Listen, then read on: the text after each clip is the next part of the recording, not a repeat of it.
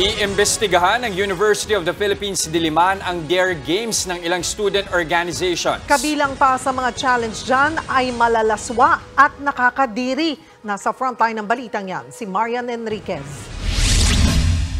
Pinagpiestahan sa social media site na Reddit ang nag-leak na DARE Games ng ilang student organization sa University of the Philippines Diliman. Naglalaman ito ng mga hamon na dapat kunan ng video o litrato gaya ng pagpulot ng dumi ng hayop at pagpahid sa buong kamay o kaya'y pagdila sa kalsada. Meron ding dares na may kahalayan gaya ng paghawak sa ari ng orgmate na lalaki at pag-striptease o pagsasayaw habang naghuhubad sa loob ng 2 minuto. Dalawang organisasyon sa UP ang sinasabing nasa likod ng mga hamon, ang UP Junior Marketing Association o JMA at UP Economic Society o ECOSOC.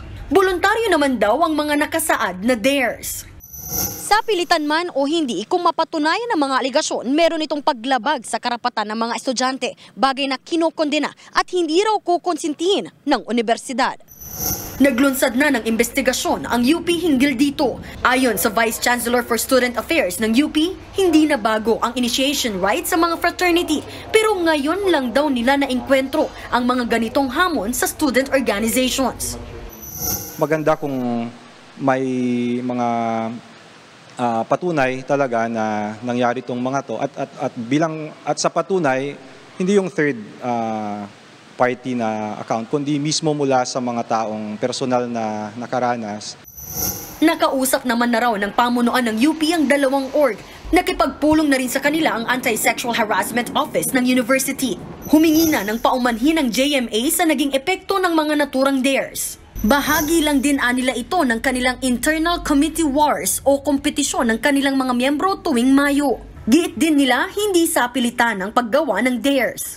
Sinuspindi na rin daw ang internal committee wars, gumugulong na rin ang kanilang sariling investigasyon.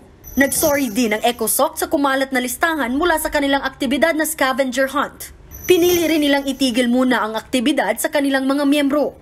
Pagtitiyak ng UP, daraan sa tamang proseso ang pagresolba sa issue.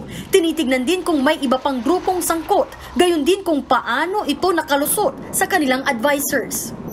We'll have to determine kung meron bang enabling na instances na pinayagan ng advisor yung event o kung ano ba yung naging initial na proseso upang i-filter yung activities. Sakaling mapatunayang may mga anomalya, posibleng patawan ng suspensyon at alisan ng accreditation ang 2 organization. Nagbabalita mula sa Frontline, Marian Enriquez, News 5. Mga kapatid, Cheryl Cosim po. Iba na ang may alam at may pakialam sa panahon ngayon. Para sa tuloy-tuloy na balitaan sa Frontline, mag-follow at mag-subscribe sa social media pages ng News 5.